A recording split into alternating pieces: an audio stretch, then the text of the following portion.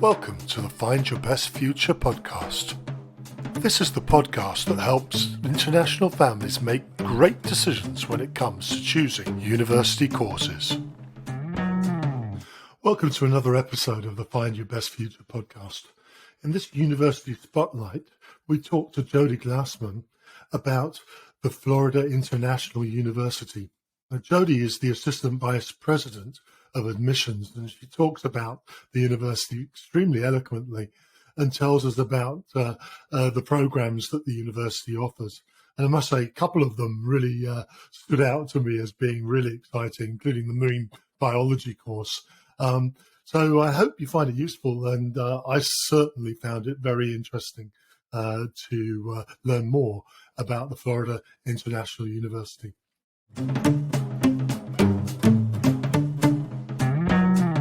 So, tell us a little bit about yourself. My name is Jody Glassman, and I'm the Assistant Vice President of Enrollment and University Admissions at Florida International University. I've been at FIU for 8 years and been in the admissions industry for more than 25 years. Great. And tell us a little bit about your university. Give us a quick introduction. So FIU is Miami's public research university, designated a top-tier research institution. FIU is driving real talent and innovation in Miami and around the world. Wonderful. And what do you love most about your university? We are proud to call Miami our home. It's a dynamic hotspot for innovation and creation. This multilingual, multinational city puts the I in FIU. Where others see challenges, we see opportunities. We leverage our location and the city as our classroom. And our FIU is integrated within the community as much as the community is integrated with the university. Great.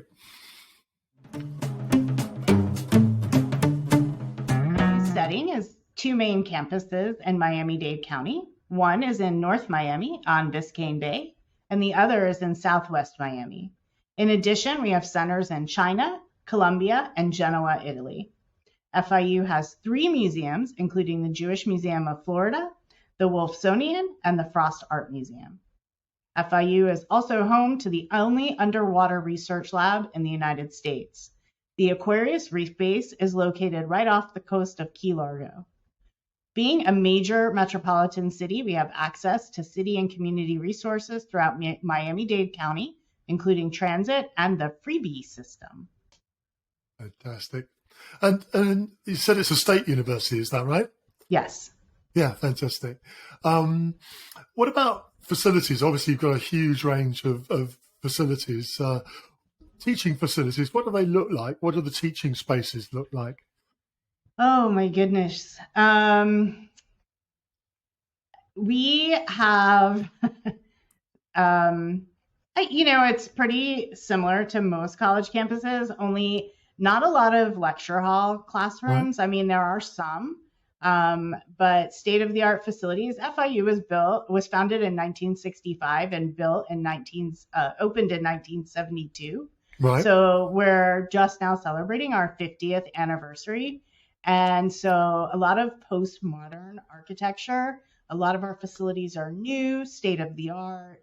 We're actually opening a brand new engineering facility. Wonderful. On one corner of campus.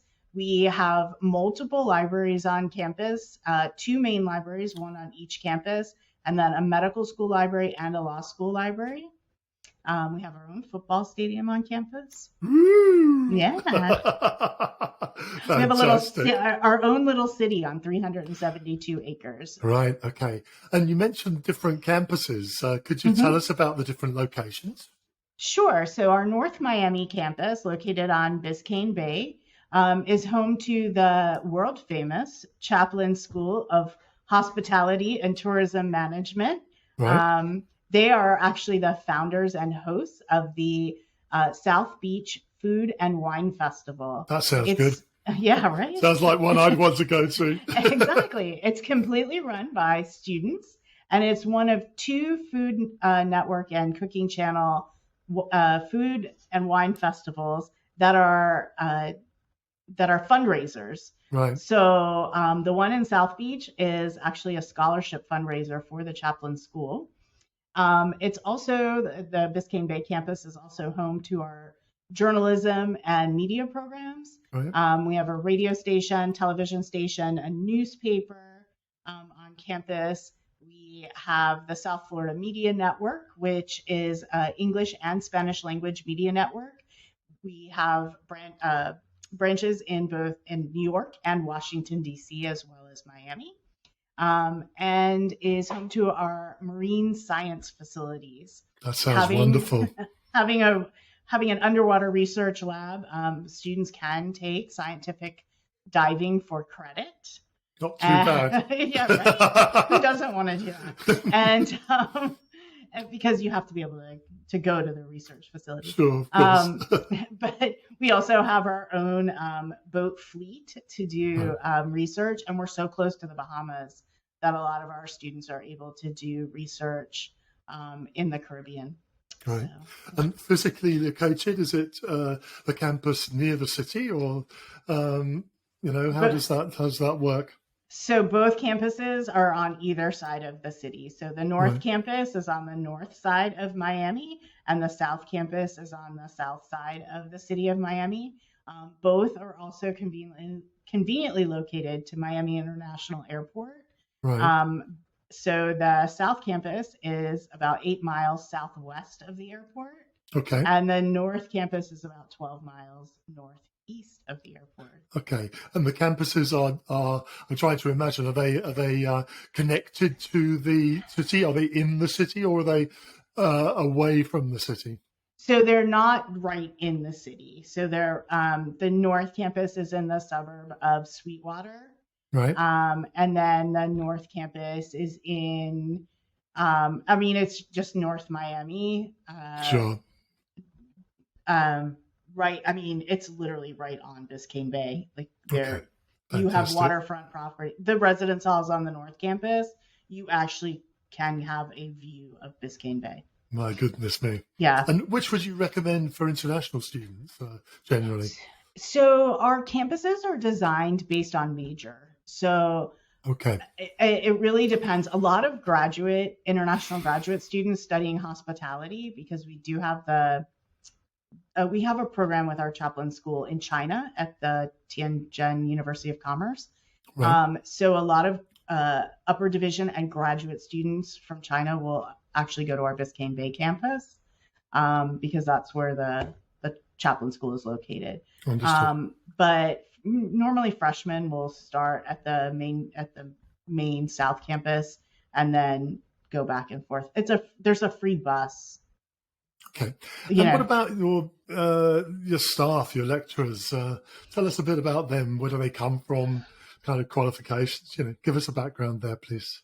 So our faculty, as a national research university, nearly all of our faculty have their terminal degrees. They participate in research and are active in their fields. Some of our most notable faculty include Dr. Mike Heithaus, a marine biologist who's often seen on Shark Week and Shark Fest.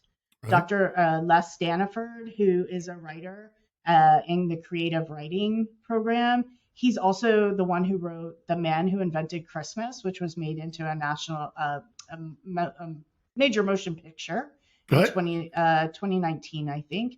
And then Dr. Mayer, who is actually she's on Expedition Bigfoot on National Geographic. Oh, fantastic. She also teaches on campus.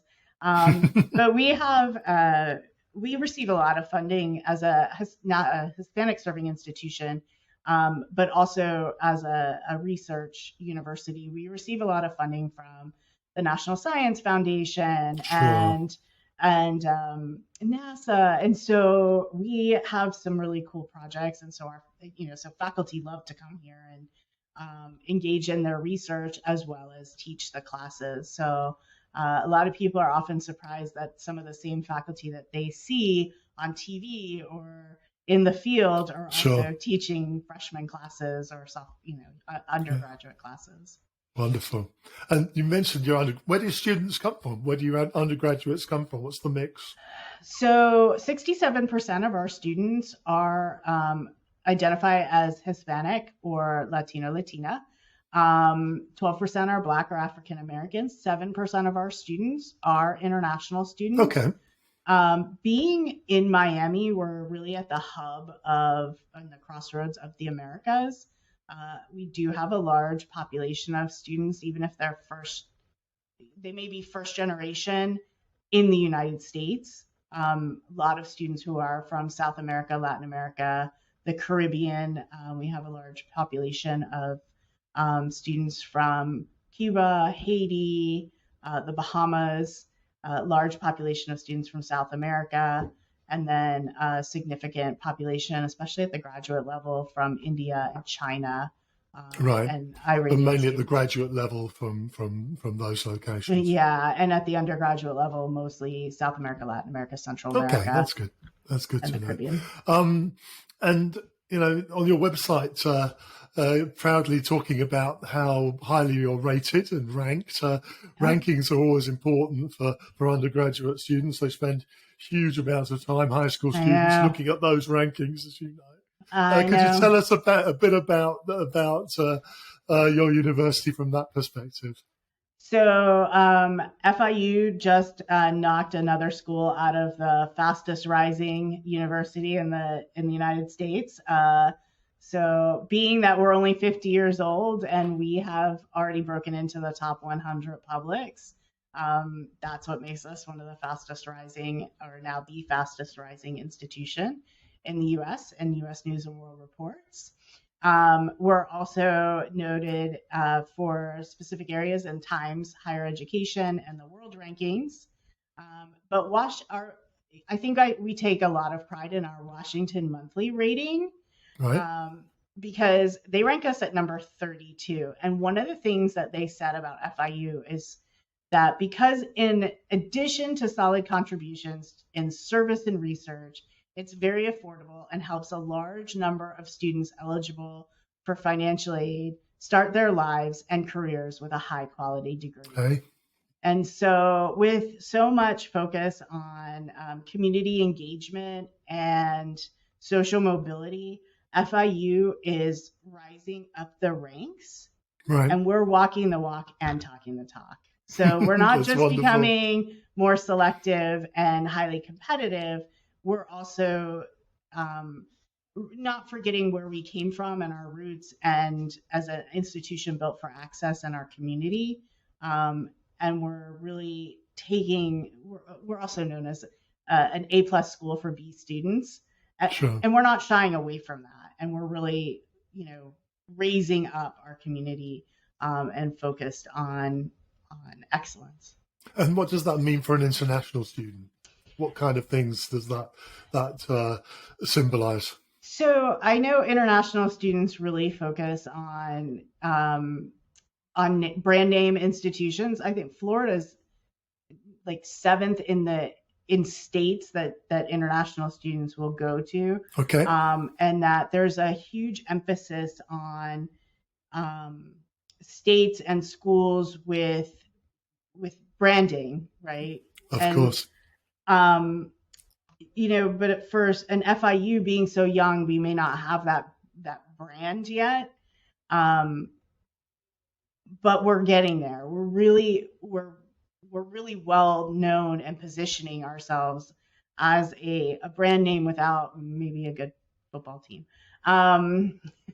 It as a destination institution. Sure. Great. So international students, I think, see that we're making inroads in countries that maybe not other schools are reaching out to. We just established a World Center in Colombia. Right. Cool. So yeah. Wonderful. Okay. Give us a quick overview of the courses that your university offers. I know it's a very broad spectrum. Sure. So FIU offers more than 200 degree programs at both the undergrad, grad, and doctoral level. International business, global policy, public finance, international law are all in the top 20 for U.S. News and World Reports. Right. Times Higher Education World Rankings recognizes FIU for life below water, life on land, and environmental resilience, which is Right. really where our marine science program comes into play. Of course, hospitality and tourism management, engineering. We have a really awesome program with NASA, as well as we build Formula One race cars called Panther Motorsports, and we race Fantastic. them down in South Florida, further south than where we are right now. Right. And then math and science are the most popular with international students. We do have a pre-health professions track. Our med school is designed for U.S. residents, but we do have a foreign physicians program, and some other programs where we, the pre-health programs where we would work with international students. And then Right. engineering is really popular at the undergraduate and graduate level for Sure. international students. We actually have course. something called the Wall of Wind here, where we simulate Category 5 hurricanes. And we do have. I hope you don't have to go in there. Yeah, I've seen them started up once. It's pretty cool. And then we also have professional programs in law, and we have a master's, the LLM, and we also have an architecture program at FIU. So the Wonderful program for so a really architecture. diverse set of programs. Yes. Pretty much find anything you want, I would imagine. Yeah, and then we're dabbling in the micro credentials for students. So, students are interested in so many different things now that we have started offering badges as well as certificates, so Right. that even if you're on track for an engineering degree, but you have an interest in marketing or social justice, you're able to take small bits of courses Right. to add that to your degree. And let's talk about that. Obviously for many students coming in, they're really interested in the teaching style of the university, and they vary enormously. How would you describe your signature teaching style, if you like? Well, so we, just to make sure that students are aware, we operate on a semester schedule, but we do offer within each semester some mini terms. So we call them sessions within terms. So Right. if you're taking 4 classes in a semester and you're getting through the semester, and come October, you realize I could add another class. We do have little 8-week courses that can be added within certain disciplines. We also have a super short mini term in the winter that's 4 weeks in certain classes where you can add, again, just something. It may be a short class, but it has a bigger impact on your career and making you well-rounded. We have something called the quality enhancement plan for your degree to ensure that when you graduate from FIU, you have the critical skills for the 21st century employment. Right. These include global learning, which is a requirement for all undergraduate degrees. You have to have global learning woven throughout your courses, and you'll see that your courses are marked which ones have the global learning requirements met. Thinking and communicating with data will also be part of your degree at FIU, and understanding emotional intelligence. Right. And then all of our faculty do go through the Center for Teaching and Learning, so we actually work with them on how to teach. Fantastic. Yeah. And so teaching style, would you say it was mainly traditional lecture based, or is it mainly project based, or does it depend on the course and the subject? It depends on the course and the subject. So one of the things we discovered through some research, so we conduct research on our students because we want to know not only how our instructors are doing and our faculty are doing, but how are students persisting and where are they getting stuck? Because again, a 4-year graduation, it saves students money in the long run. Our students are graduating with some of the least amount of debt in the entire United States. Right.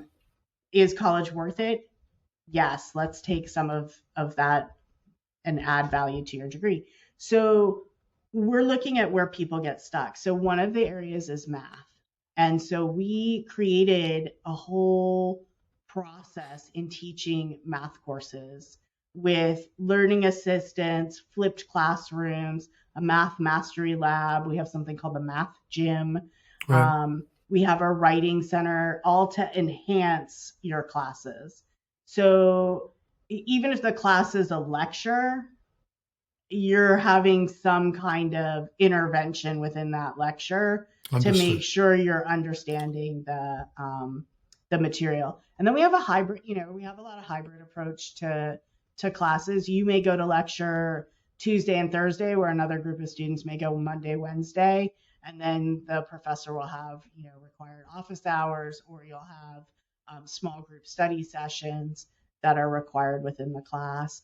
All of our students at the undergrad level are required to take a freshman experience class to help them navigate just college in general, the mental health and the physical, Sure. as well as the academic. Okay. And achievement and progress, how is it assessed? So we use a standard grading scale, A, B, C, D, F. We have midterms. Students, we do have an exam week at the end of the semester,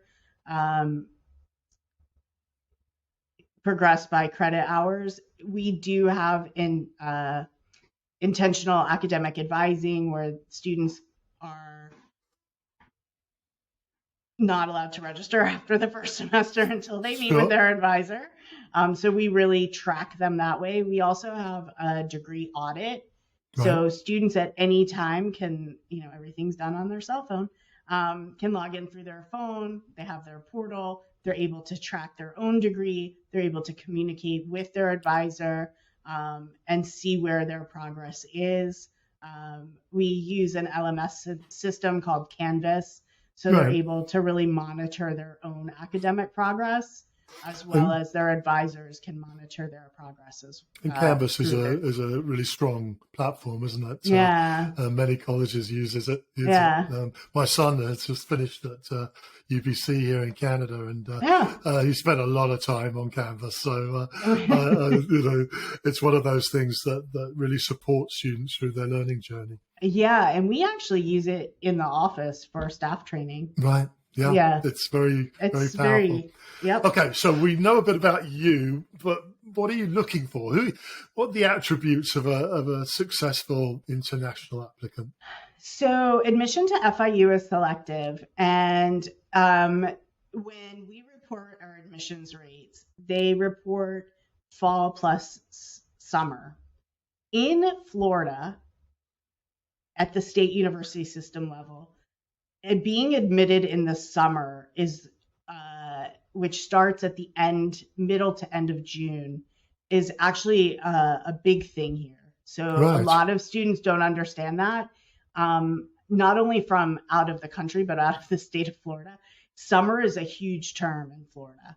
And it's actually required by our state legislation that every college student who goes to a state university must complete 9 credit hours, which ends up being 3 classes, at some point in their academic career in the summer.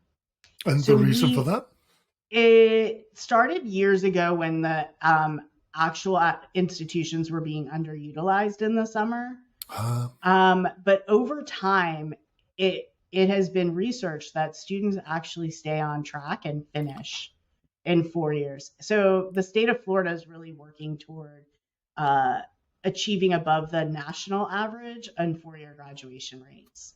Okay, so for students, that means what if you're coming in? So when first year students apply to the university, they pick whatever term they want to start. Right. They may pick summer, they may pick fall. We also have a very strong spring start, which is January, which tends to work better for some international students who don't finish high school until August. Right, indeed. And so they may actually want to start in January. We look at grades in high school, IB exams, the A-level, O-level, sure, depending on the country where they're coming from. We look at academic core courses. The transcripts, if they're not already in English, do need to be translated into English. For first-year students, they do not need to be evaluated. For transfer students, they do need to be course by course. We need a course by course evaluation. Right. And then we also require an SAT or ACT. Right. And that is a state requirement, not just FIU. Okay, so everyone who comes to you needs to do the SATs or the ACTs. Right. And we are working with them on the digital because we know the digital SAT is going to be available overseas before it's actually available in the United States. Right, exactly. So we're actually testing that now. Okay, because that's really important for potential applicants to know, because that varies enormously, doesn't it, across the states? And you know, kind of sort of personality traits of an optimal student at your university. What kind of kids are you looking for to come into as undergraduates? You know, one of the things that people say about FIU students is that they are ready for rigor and they work. Right. FIU students have a really strong work ethic and are they're the ones who are always, I have friends that own businesses in this area, and there's another school in this area, and they always say, FIU students just roll up their sleeves. They're like, put me to work. Tell me, what do you need? They're always like the first ones to volunteer to do something. So we're, an FIU student is typically a student who wants global diversity. There's multiple languages spoken on campus, the food, everything from food to the way that the campus is run has an international feel to it. So it's really for a student who wants that kind of globalization in their education. It's for the student who might wants European football or soccer over regular American football because the soccer games sell out. So they're for a student who wants to do research, who's self-motivated, who is, wants to be in a tropical climate. Sure. And honestly, we do a lot of these talks, and, climate is really important for many students. Obviously, I'm a man who's worked in the Middle East for a very long time. And now I'm in Vancouver, and it's such a shock to the system. Oh, yeah. Oh, my goodness me. I mean, it's still like 86 degrees and 90% humidity outside, and it's October. So if you're looking for fall foliage, this is not the place for it. No, indeed. It's really important. Yeah. Because, we are defined by the weather in so many ways. Yeah. So yes, indeed. You have to be okay with that. We're not right on the beach.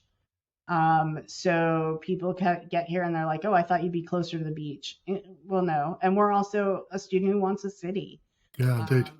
There's a lot of traffic, and that's something we deal with on a daily basis. So you have to kind of get used to that. Going back quickly to the IB students, do you offer any sort of credit we do. incentives for students who do well at the IB? We do. So we have on our transfer.fiu.edu a full list of all the credits for IB and AP. We're a very credit-friendly school. Great. And if you earn the IB diploma, it's worth 30 credit hours of transfer work, and you don't normally have to repeat those. There are some programs like with, the sciences, we may want you to take another chemistry course. And also we accept Duolingo right now. We're working with our faculty senate to get that as a permanent acceptance. So we have a meeting next month with the faculty senate, but we are accepting TOEFL, IELTS, and Duolingo for if your high school is not. Let me change that. With the SAT, we normally waive the the requirement for an Indeed. English proficiency. Understood. If you're a transfer student, though, we would need the Duolingo. Mhm. And at the first time in college level, our application is quite simple. There's no Right. essay, there are no letters of recommendation Okay. until you get to the scholarship portion. Fantastic.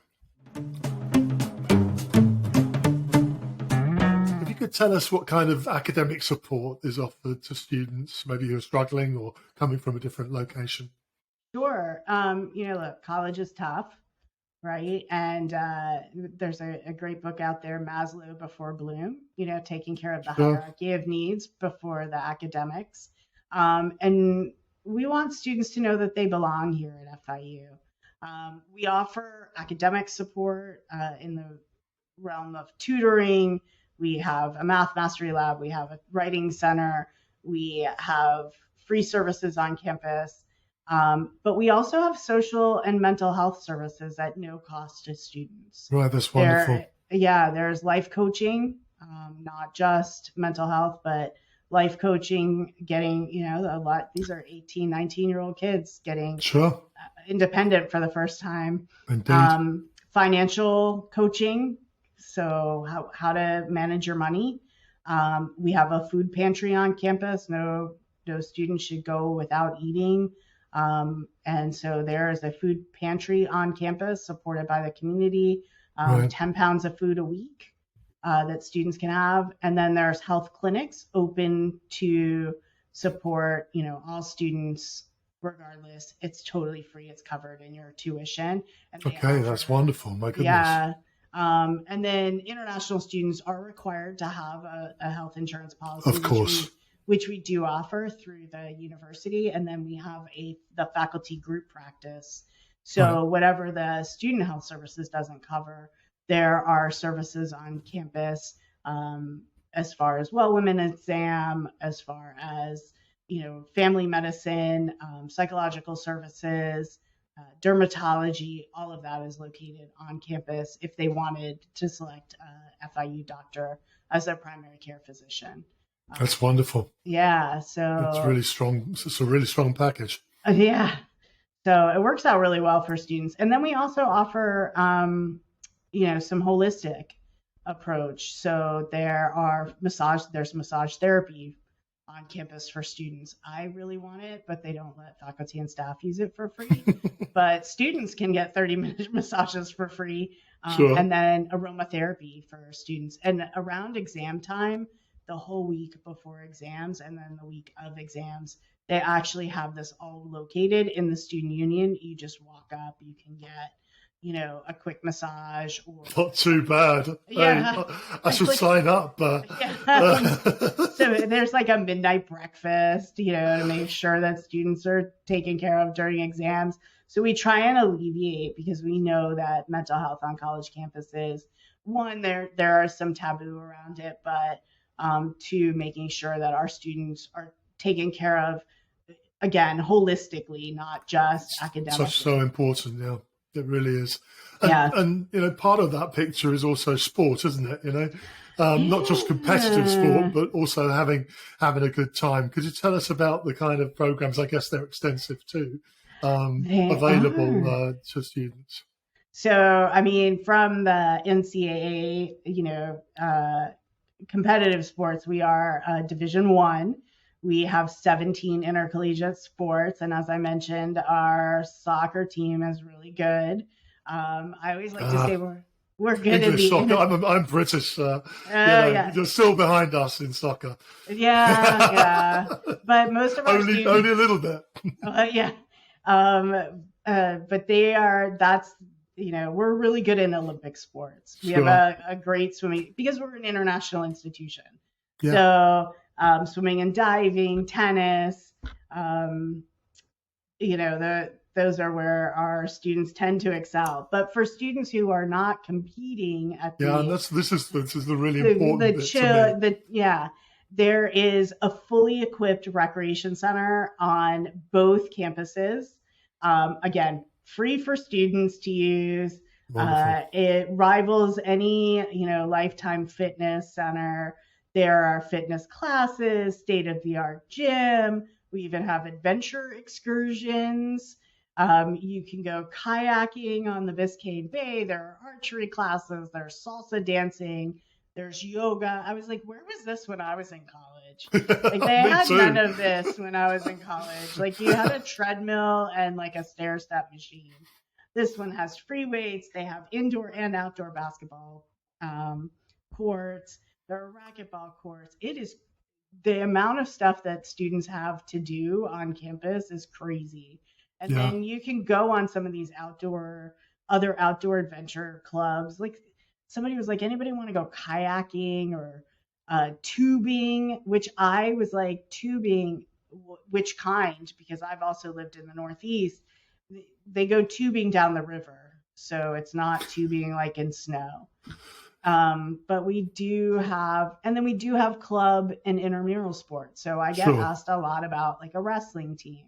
Well, we don't have a wrestling team at the NCAA level, but we do have club sports, wrestling, lacrosse, surf club.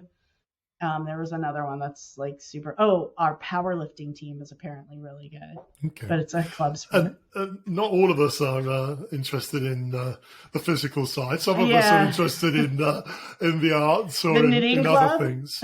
Yeah. How do you help us people who are not really the people who fly down rivers? Yeah, right. What sort of support is for the more artistic or more creative side? So we have more than 300 student organizations on campus, and they range academic and social clubs, social engagement, community service, arts and culture. So the 3 museums on campus, the Frost Art Museum is actually right behind my office. The Jewish Museum, the Wilsonian. We have the Wertheim Performing Arts Center, theater, music. The marching band is actually open to all majors. You don't have to be a music major to participate.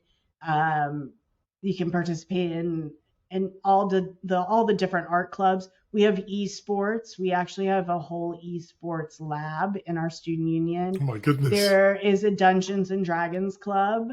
Very important. It is very important. I have no idea how to play it, but service is very important to our students. We actually have one of our most popular programs is through the Center for Leadership and Service. And so our students, because we live in like the spring break capital, during spring break, a lot of our students will actually go and do a service project instead. Right. And then we have the day of service in January, where our students will participate in that. Wonderful. And, so we have sports, we have arts. The other part of this conversation is partying, having a good time. As you said, you are famous for student parties. Even in my world, your city is famous as being the spring break capital of the world. What does it look like, though, on a daily basis for someone who lives and in your community? Is it all spring break parties, or do people have a normal life? We have a normal life. It's not what you see on TV. We're not wearing like sequins 24/7 and all that. But it's funny. There was actually a Reddit post yesterday about like what does the real Miami look like, and we're pretty chill. I'm watching some students right now walk by my window. It's pretty chill, but the music is usually what's really popping on campus. So our student union has like the best playlist ever. And there's always something going on in the student union. There's always we have this little sunken area called the pit. Right. So there's always something going on there. There's always food trucks on campus. There are people that randomly play music on campus, like guitar. There's a guy that sings. There's a lot of lounge space in and outside. So there's people that hang out. There's an outdoor pool, so people hang out there. Sure. But last weekend was homecoming, so that was kind of crazy. But it's not like an everyday occurrence. Like you're expected to go to school Hey, Get good grades. as I said, it's important that people understand Yeah.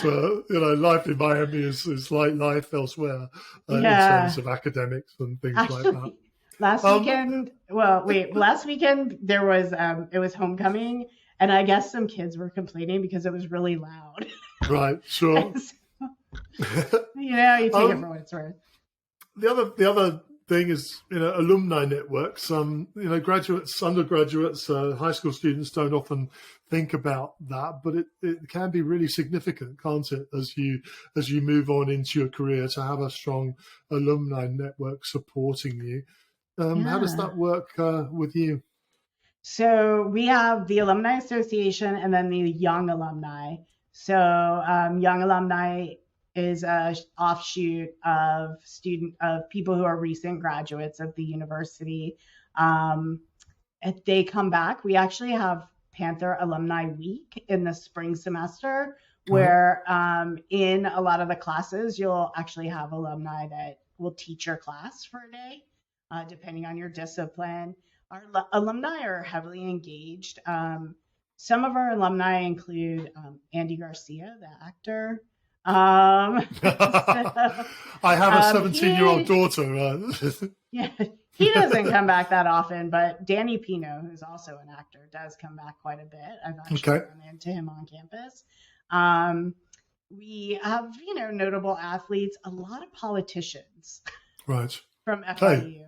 Yeah. Okay. Yeah, so they come back and they give back to the school, but they really like to come back and teach, Sure. or really like Nice. to come back and engage with students. Fantastic. And probably the most important area here is the settling in, arriving aspect of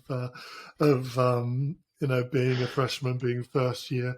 Yeah. Many parents are terrified. I'm a dad, and I know that feeling of saying goodbye.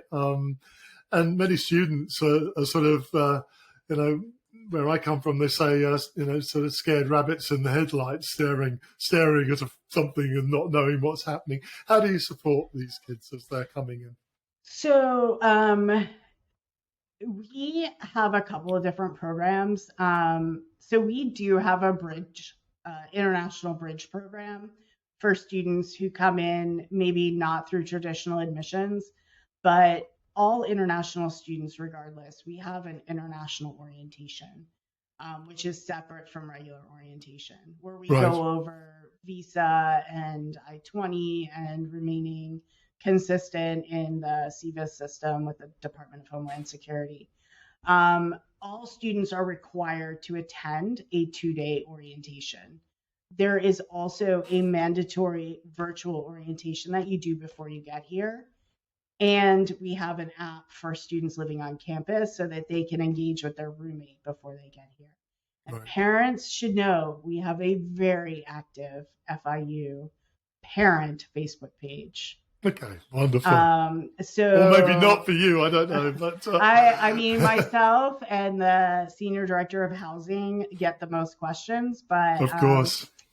But they're super, the parents are super active, and it's great because there will be parents who are local who will always offer to help students who are not local. That's or wonderful. Families who are not local asking for help, and parents will step up. And so we do have some international parents, like we had a little weather situation here.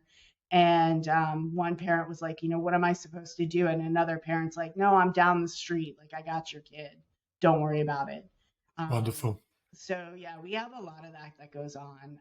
Parents always willing to help. The other thing is a lot of our faculty staff, their kids go to school here, which Right. I think speaks volumes about the university. Sure, If it your does. faculty are sending their kids here, it's a good school. Yeah. And so they'll also engage. You mentioned earlier accommodation on the North Campus. Could you give us a picture of accommodation in general terms? First up, are international students guaranteed accommodation at your university? How does that work? So we have a May 1st deposit deadline, and we will guarantee housing for first-year students until that time. Right. So we have just about 4,000 students who live on campus. Okay. And then in the immediate area, there are private companies coming in and building student housing, but it's not owned by the university. Understood. So they're building these 4-bedroom apartments, but you're only responsible for your room Sure. of the Understood. apartment, but it's an apartment. Right. So there's 4 of those right now, and there's another 2 opening this fall.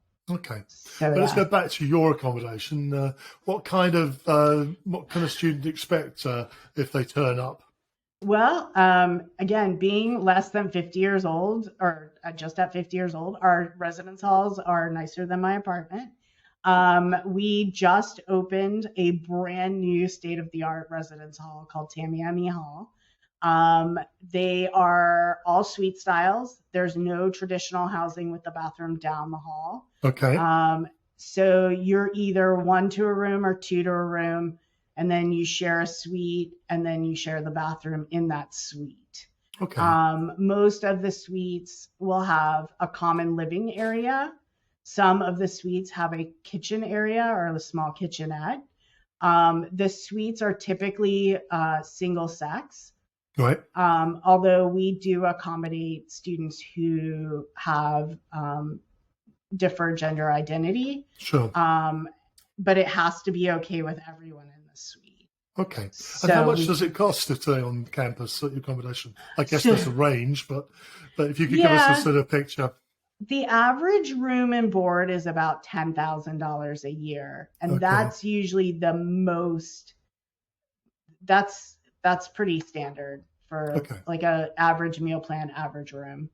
Okay. So that's for the meal plan and for the room. Yeah. It's about $6,000 to live on campus. Okay. And so let's drill into food. You know, and I know that food is the most important thing that we ever talk about, which is probably correct. Young people coming in, it's number one.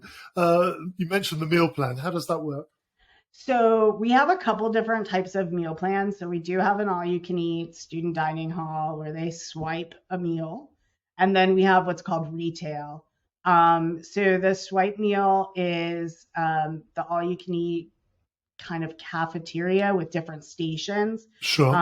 And then at each station, we have, pizza, pasta. There's different international foods because of being a typical international or internationalized, globalized institution, we take a lot of the dietary or the traditional foods into consideration. Yeah, it's really important. Yeah. But you can also, there's always burgers and fries. There's also an allergen-free zone.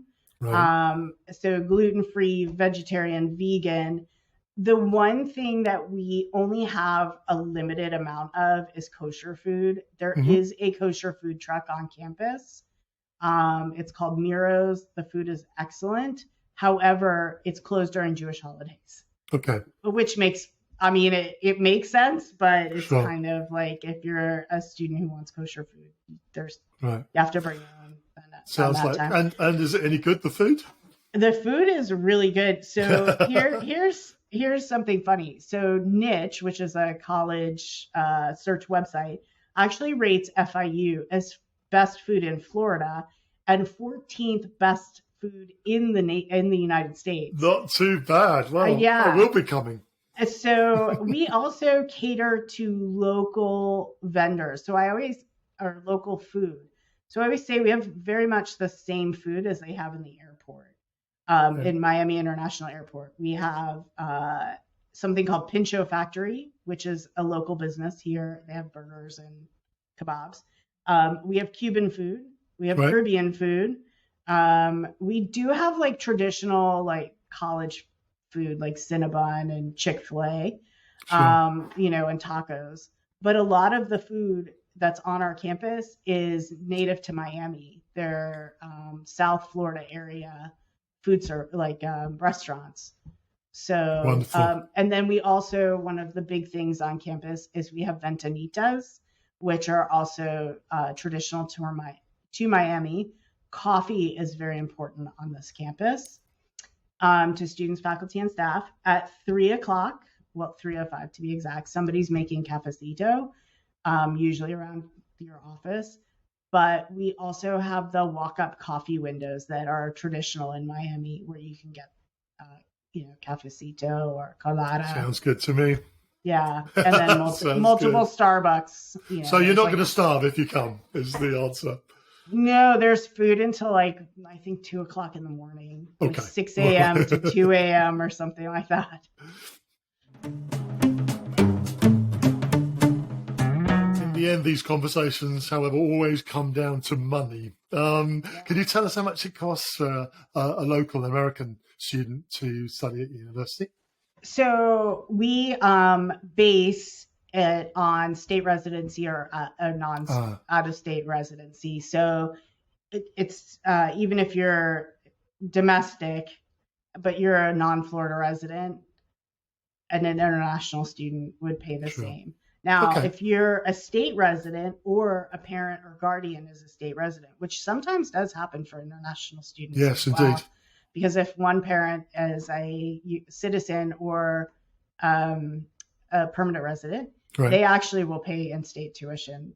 Okay. There's that possibility. What does that look like? So state resident tuition is it's $6,500. Right. That's tuition. Yeah, that's a year. So we pay per credit hour. And again, Florida is known for having low rates of tuition. Okay. Out of state per year is about, we always say it's about 3 times that. So about $1,800 or $18,000 a year for tuition. Depending on the number of credits that you're taking.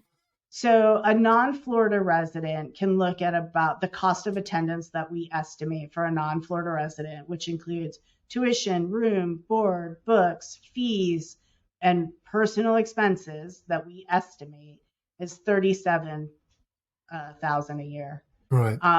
But again, that includes everything. Sure. For room and board and tuition, it's about $28,000. But when the student fills out the DCF form, we're usually looking for $37,000 too. Okay, understood. And to students, international students, is there a way of receiving financial aid? So we do have international student scholarships that cover a percentage of tuition. And then we have smaller scholarships for international students that they have to apply and be admitted by a certain point in time. Usually that's November 1st of their senior year. And then at that point, there's a scholarship application they can complete. That application does require letters of recommendation and an essay. And they're pretty competitive scholarships, but they're also really a valuable scholarship. They'll take most of that tuition off, and then all you're paying is room and board. So it's a really good value. And then our honors college also has scholarships. So we don't dissuade international students from receiving scholarships. Academic merit scholarships are available to international students. And are there sports scholarships at university? Mm-hmm. Yeah, that's especially you mentioned soccer earlier, and I know a couple of my relatives have had the pleasure of taking on a soccer scholarship in the States. How does that work? So any students interested in athletics, they do need in their end of their junior year of high school or their third year of high school, they need to go and register with the NCAA. But in the meantime, they would need to contact the coaches in advance because they would send the coach their video and their stats. Some of the coaches use a recruiting app. Or an inquiry if the coach isn't already reaching out to them. But usually the coaches are reaching out to students. And our coaches do reach out worldwide. I mean, we have students from all over the world. And is it possible for students to earn money on a regular student visa in your location? So the F1 student visas, they are allowed to work on campus. Right. And we do have plenty of job opportunities available on campus. In fact, I have 6 international students working for me Right. in the admissions office as ambassadors. So if you go to our website and you're chatting with a student, those are international students. So they are able to work on campus and earn money while they're here. So it but works off out campus really well. is not permitted with the F1, is it? No. It's a challenge for some students. I personally have a story of a friend whose child was first year in the States and then moved to Canada because you're allowed to work in Canada under the student visa. I don't know why that. I mean, that's a whatever. I think it's but in campus you're allowed to. Yeah, and so one of the things about our career and talent development is we actually have levels of student employment. So I have a student who started last year, and he was a level 1 student worker, and we pay like $11 an hour. Sure. And then this year he's been taking on more responsibility, so we actually moved him up to a senior student worker. So they're able to get work experience like you would a postgraduate. Right. And understood. so we're helping him with his resume. We're making sure he's having career opportunities that suit his major so that when he graduates, he's able to put that kind of stuff on his resume. And while we're talking about visas, international students very nervous nowadays after the drama of a couple of years ago, I think it is now. How easy is it to get a visa, and how certain is it that they can, actually take their visa up at the moment? So I have the biggest recommendation I have is to connect with the Education USA office in your area. Right. Because I found out this year we have a lot of graduate students and even undergrad students from Nigeria who has a 200-day wait for visas. 200 days. We had to keep postponing, so we've deferred admission to some of our students from Nigeria. And when I went to an EdUSA meeting in the summer, they were like, oh, you know what? If the students are connected with us, we have WhatsApp groups and we tell them when the visa appointments are open, right, and when they can get emergency appointments. And so 100% get with your EdUSA, Education That's USA. a huge tip, honestly. Yes. It really is. As a man who's worked in the Middle East, I know how challenging it is for students and families to navigate this process for the States. And the Education USA people are employees of the embassies and the Department of State in the United States. So 100% get on board with them. Okay, fantastic. The other thing is don't wait to the last minute. We know we require an SAT. We require an SAT. Take it when you're a junior in high school. Don't wait. Right. The digital SAT is going to be more accessible. We have been working with them on that. We offer an ACT on our campus that you can use for admission to FIU. So if you need to take that, it's available to you. But don't wait. No. It's a message that I think in almost every episode of the podcast so far, start early. Yeah, because that's been my biggest problem is getting the visas. So you managed to get to the States, you do your degree. What's the opportunity for staying on afterwards for bachelor students? How does that work? Is there an opportunity? I think it depends on the student. It depends on the major.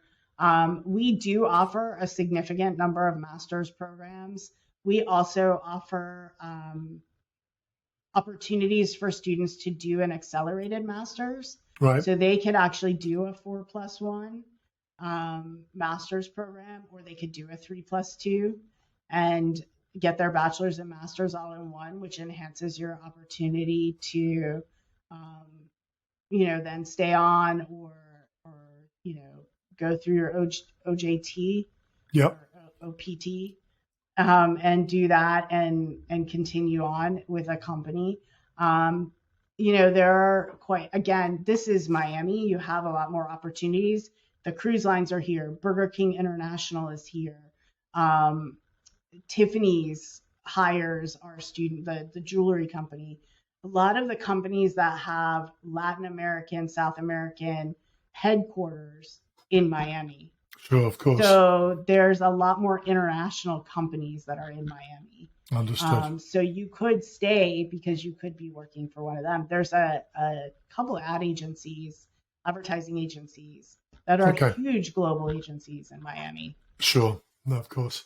And if you were to sort of summarize to me why they should choose you, these students, above, the plethora of other US universities out there, what would be your answer? There's 4,000 colleges and universities in the United States, and there's a pretty well-known private school down the street from us. But the thing about FIU is we are known on an international stage. I have never gone to so many places than I do with international educators where I go, I'm FIU, and they're like, oh, FIU. We're a huge producer of Fulbright scholars.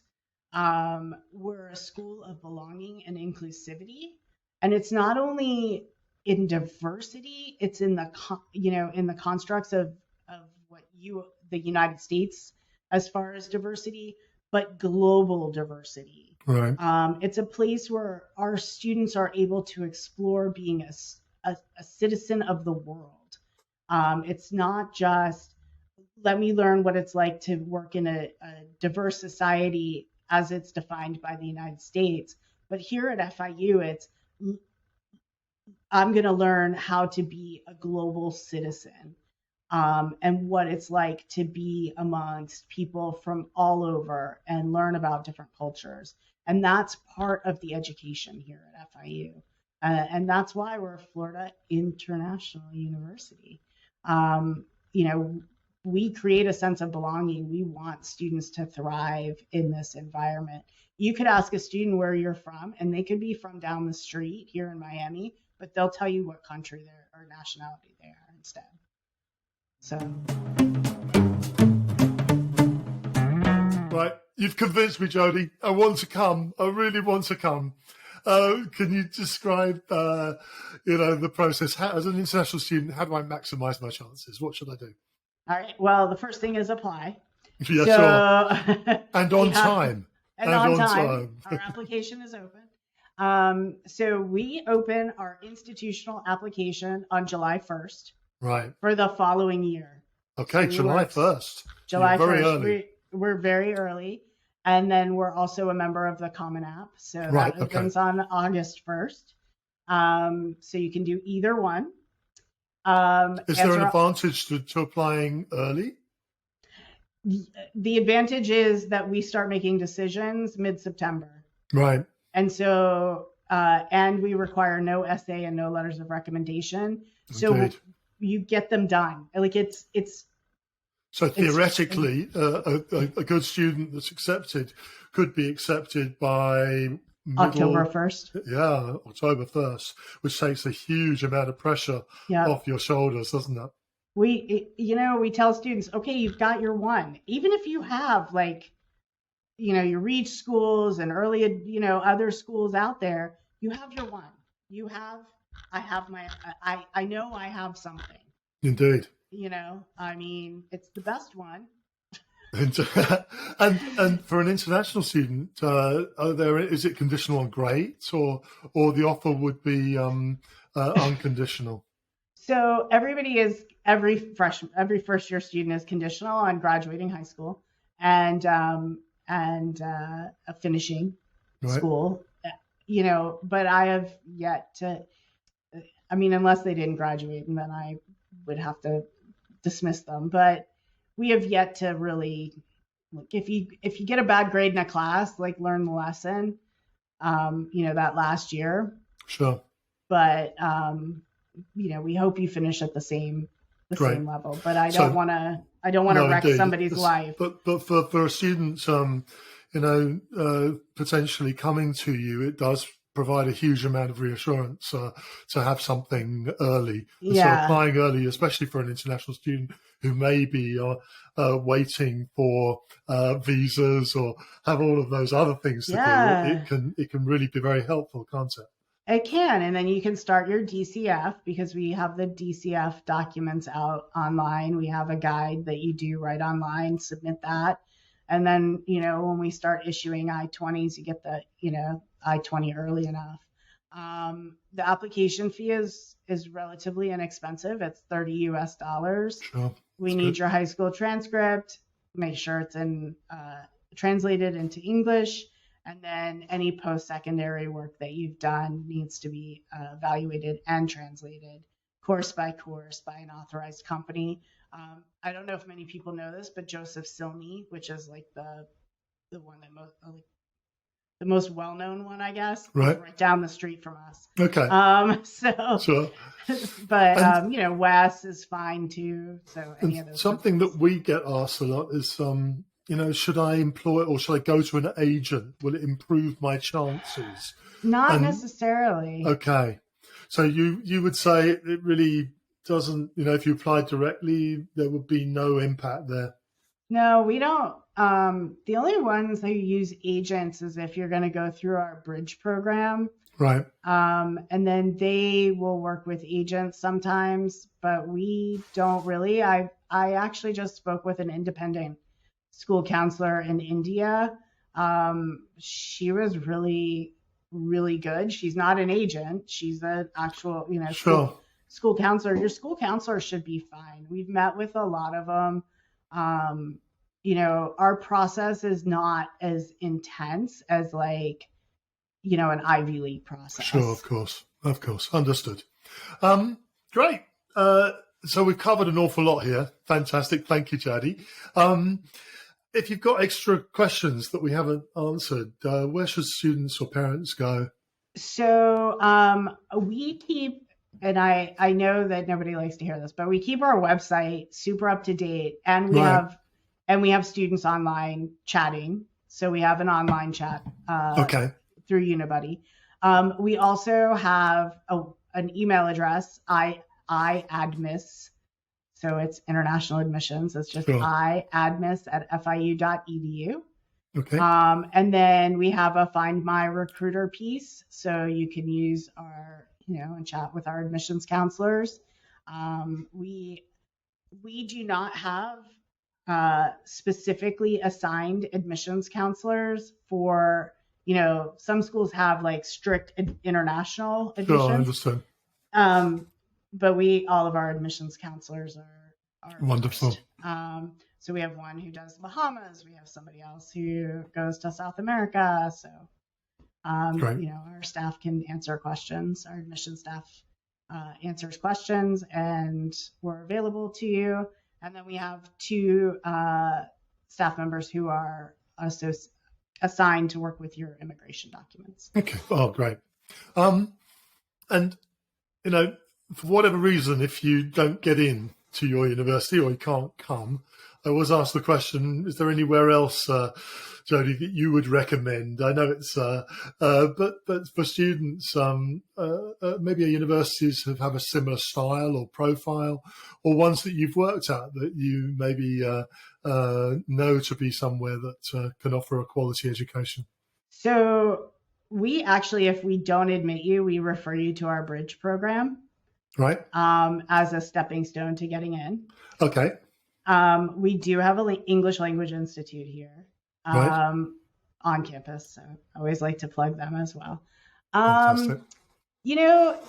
There's some really good schools. I think the University of West Florida in Pensacola, it's also smaller than us. And it's on the Gulf beaches, which is beautiful. But I think, they're a research 2 school, maybe a little less selective. But, we always say there's no safety school in Florida anymore. But as far as state universities go, I love University of West Florida. love University of North Florida. Right.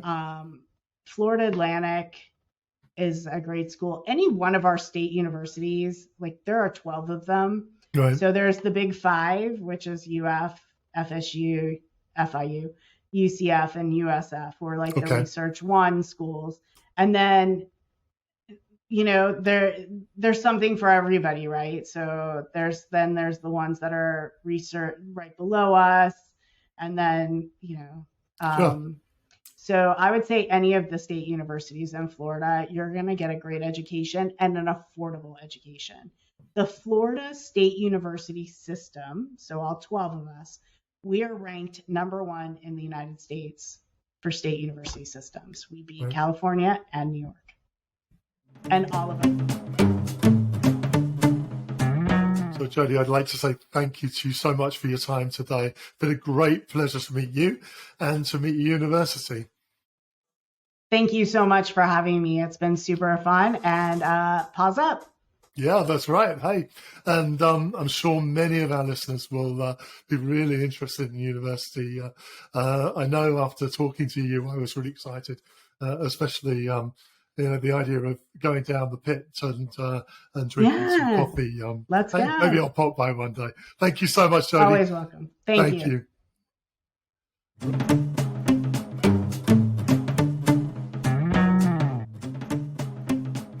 Thanks so much for joining us today.